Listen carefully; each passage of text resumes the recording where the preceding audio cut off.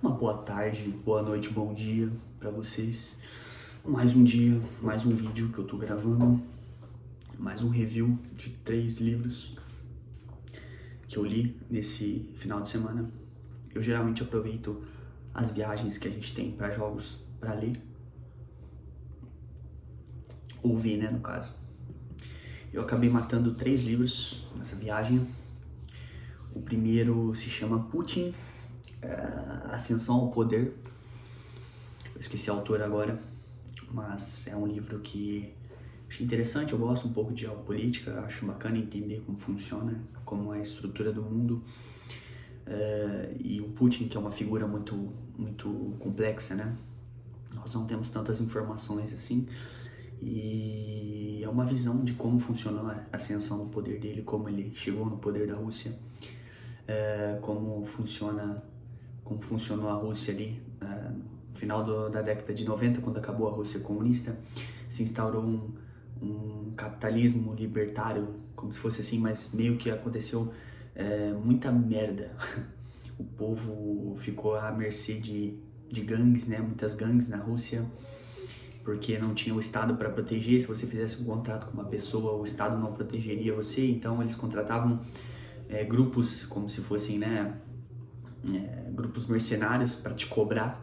Então eu fiz um negócio com você, se você não me pagar, irmão, é o grupo aqui que você vai resolver com eles. Então virou um ataque para cá, um ataque para lá, tava uma várzea, resumindo. E logo após a queda do comunismo na Rússia, vieram os oligarcas, que foram as pessoas que compraram o que era do Estado. Teve a figura central, eu esqueci o nome, mas é uma figura central. Ele fez a fortuna dele comprando carros, carros a um preço muito barato e depois revendendo. Tipo, comprou os carros num precinho de banana e revendeu muito mais caro. Fez fortuna muito rápido. Comprou televisão, a mídia, ele entendeu que a mídia era um poder gigantesco. E aí ele, ficou muito rico, muitos oligarcas russos, né? Fizeram as suas fortunas, muito dinheiro com poucas pessoas. Essa foi a Rússia. Muita gente na miséria, mesmo acabando o comunismo, tinha muita gente na miséria. As mesmas filas que tinham na época do comunismo, tinham também nessa época. E então ele assumiu o poder, esse oligarca, não, minto. Esse oligarca ele tava por trás dos planos. Outro cara russo com nome difícil assumiu o poder e para perpetuar o poder, né, para os oligarcas continuarem mamando na teta, tipo, ter as regalias e tal, eles precisavam de alguém para ser o sucessor desse cara que tava lá, né? E a KGB, que era o serviço secreto da Rússia, tinha muita moral com a população, então eles priorizaram escolher algum militar que fosse discreto, tranquilo, manipulável. Eles pensaram que o Putin fosse manipulável. Aqui, ó. Resumindo, o Putin, escolheram o Putin, que ele ainda era todo meio chucrão. Na virada de 99 para 2000, ele fez um discurso, né, que o outro presidente já não tava tão legal. Ele fez um discurso para a massa sem entender muito bem quem era o Putin. E esse cara, esse oligarca aí, que eu esqueci o nome agora, ele queria colocar o Putin lá como um fantoche, só que ele não esperava que o Putin fosse gostar da parada, gostar do poder.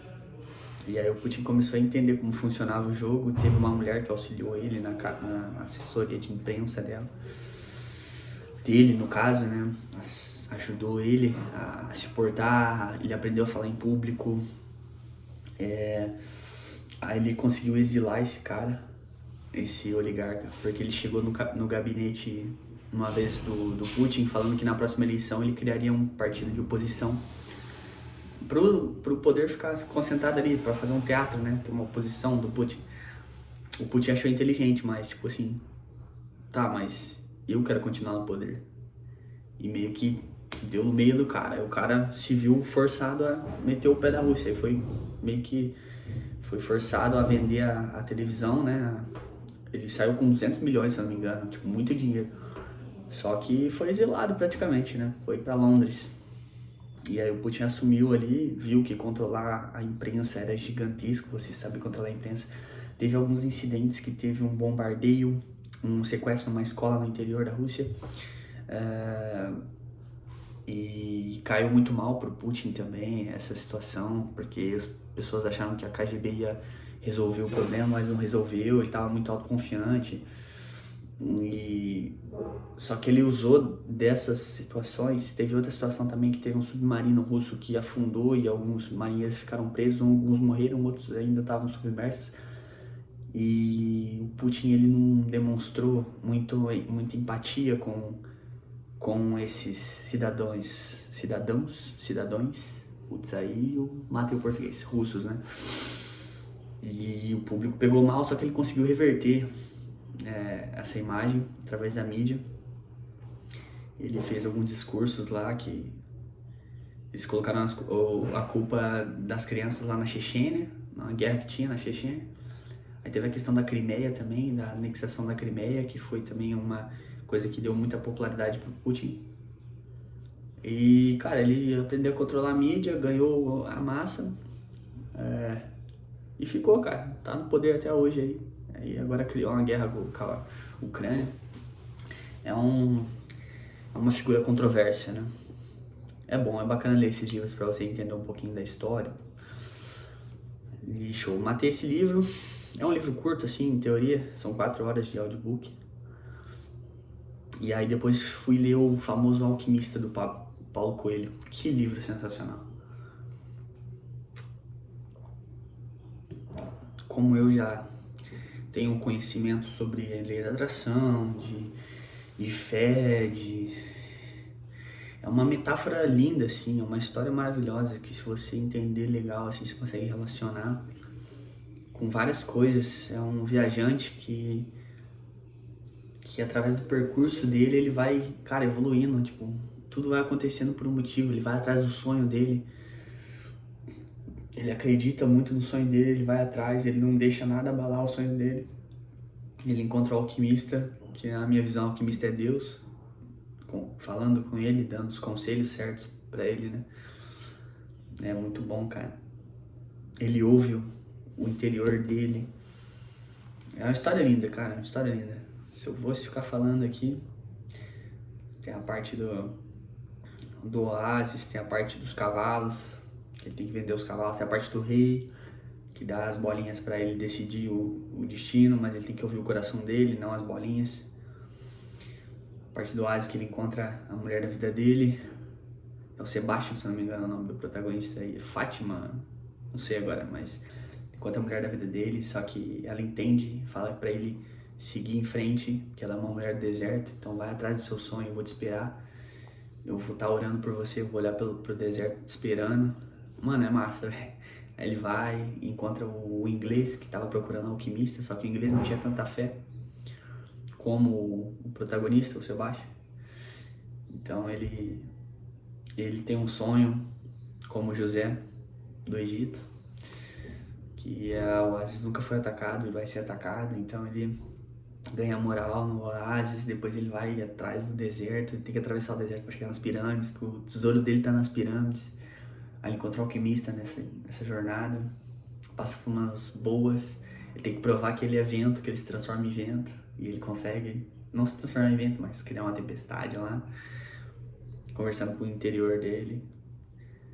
Aí no final o tesouro tava bem onde ele tava, só que tipo assim, a jornada que fez ele descobrir que o tesouro tava sempre, ele tava nele, tipo, é muito massa, velho. É um livro assim que eu recomendo a todas as pessoas lerem. O Alquimista. Cada um tem que ler para ter uma experiência própria, né? Cada um vai ler, vai ter uma interpretação diferente. Eu achei esse livro maravilhoso. E deixa eu ver. E aí o último que eu li também foi o Poder da Oração para Transformar a Sua Vida, do Joseph Murphy, que entra também naquela de pensamento positivo, cara. Meta, sonho, meditação.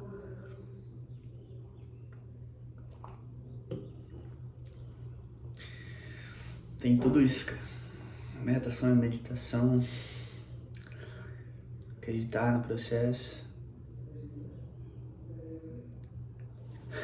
É um livro, ele fala sobre baralho lá, explica o baralho também. Tem a parte do baralho que eu achei massa. Deus tá em tudo. Deus. Vibração, energia.